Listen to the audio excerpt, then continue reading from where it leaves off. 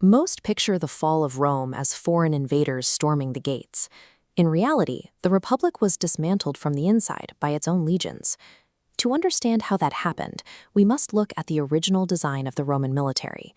In the early days of the Republic, you couldn't even join the army unless you owned property. This was a citizen militia. He fought to defend his farm, took his share of the spoils, and went home for the harvest. Rome's early dominance relied entirely on this system. The men holding the line had a literal economic stake in the survival of the state they were fighting for.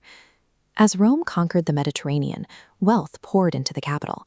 Elite senators bought up territories, replacing small farms with massive, slave-run agricultural megacorporations called Latifundia. Unable to compete, average farmers were pushed off their land and migrated to the city, becoming the landless capite censi. This created a massive national security crisis. Hostile Germanic tribes began migrating toward Rome's borders, but the Senate couldn't raise an army. There were practically no landowning citizens left to draft. By extracting maximum profit, the Roman elite successfully hollowed out their own national defense system. Facing complete military collapse, a consul named Gaius Marius proposed a radical solution. He completely eliminated the property requirement for military service. The policy was an immediate triumph. The landless poor flooded into the recruiting tents. For the first time, the state issued standard weapons and armor, instantly transforming the militia into a highly lethal, professional standing army. But Marius missed a critical detail. When these career soldiers finally aged out of the military, the out-of-touch Roman Senate flatly refused to provide them with retirement pensions or land grants. With the government abandoning them, the veterans had only one option. They turned to their individual generals to negotiate for farmland and distribute the spoils of war. By failing to take care of its troops, the Senate severed the military's tie to the state. The soldiers' ultimate loyalty shifted from the abstract idea of the Republic to the specific man signing their paychecks. It didn't take long for a Roman commander to weaponize this new dynamic.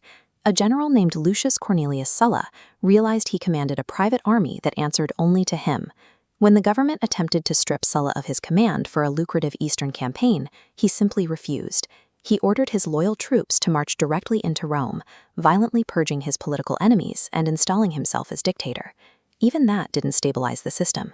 Sulla had bought his troops' loyalty by enriching them and giving them stolen land. Once those veterans retired, many of them lacked farming skills, squandered their loot, and fell into massive debt. Years later, during the infamous Catiline conspiracy, these desperate, indebted veterans rallied alongside the city's poor. They literally plotted to set fire to Rome and murder the ruling class to force widespread debt cancellation. The Republic's defense system had mutated. Any ambitious commander with enough cash could now aim the Roman legion at the capital. By the final decades of the Republic, the aristocratic elite had engineered a society of stark extremes. They were ruthlessly extracting wealth from the provinces and dodging legal consequences, while offering no social safety net to the masses. Julius Caesar understood exactly how to exploit this environment.